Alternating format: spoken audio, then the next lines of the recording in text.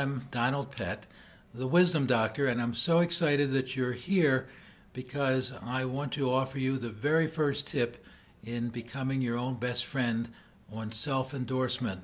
This is such a powerful tip, and it's one that few people use. You'll understand it immediately as I explain it. We are incited to behavior, to act and do things because we get rewards from doing them. One of the basic rules of psychology is behavior that's rewarded is repeated. And behavior that's emotionally rewarded is more important than behavior that's intellectually rewarded. You know that when you're emotionally stirred up, you learn more rapidly than when you have sort of a bland statement that that was a nice thing or it felt kind of okay, but you don't get it's an intellectual reward. Well, this is the way we engage in emotional endorsement.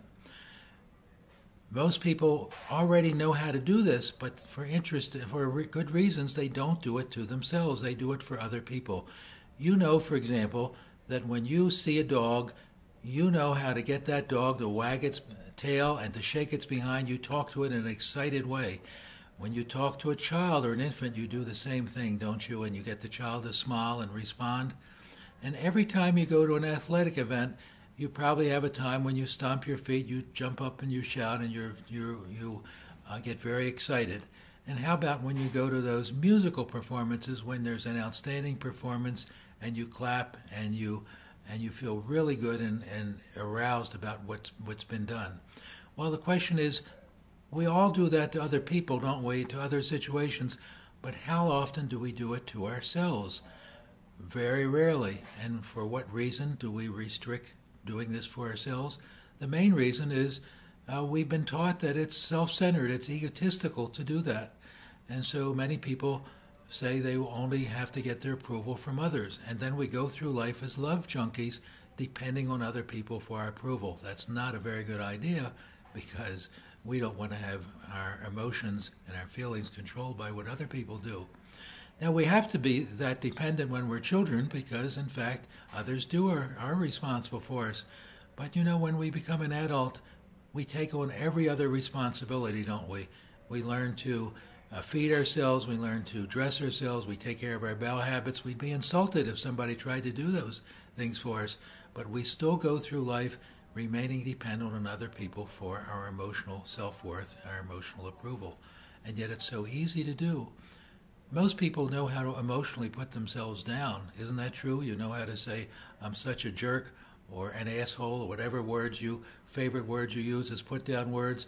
So we do that, and we feel it through our entire fiber of our body. But very rarely do we give ourselves emotional self-endorsement. So why not develop this skill? I urge you to take it on. You'll find it works. It's one of the most powerful skills to get you started on becoming your own best friend. When you get up in the morning, what do you say to yourself when you look in the mirror? Think about it.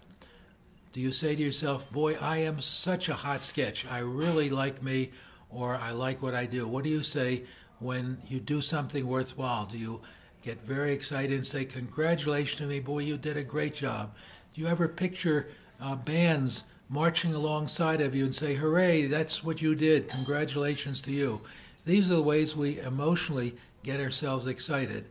And unfortunately, because many of us have been taught not to do that, we miss out one of the most important means available to us. One individual told me that he had developed something that he was very proud of, and his mom had told him, don't ever say nice things about it to other people because they will think you're egotistical. That's the kind of thing that people get caught up with.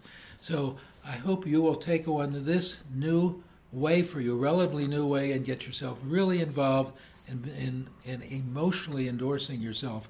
And then in the future, I've got a whole bunch of other tips that you're going to find are very powerful, that are going to help you to become your own best friend lifelong and take on some new skills.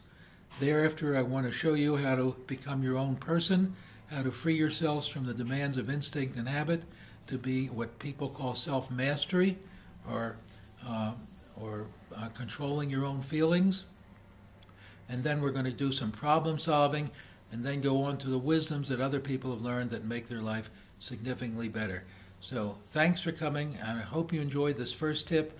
And we've got 99 more at least for you waiting, and perhaps even more than that. So welcome, and please practice. It'll work wonders for you.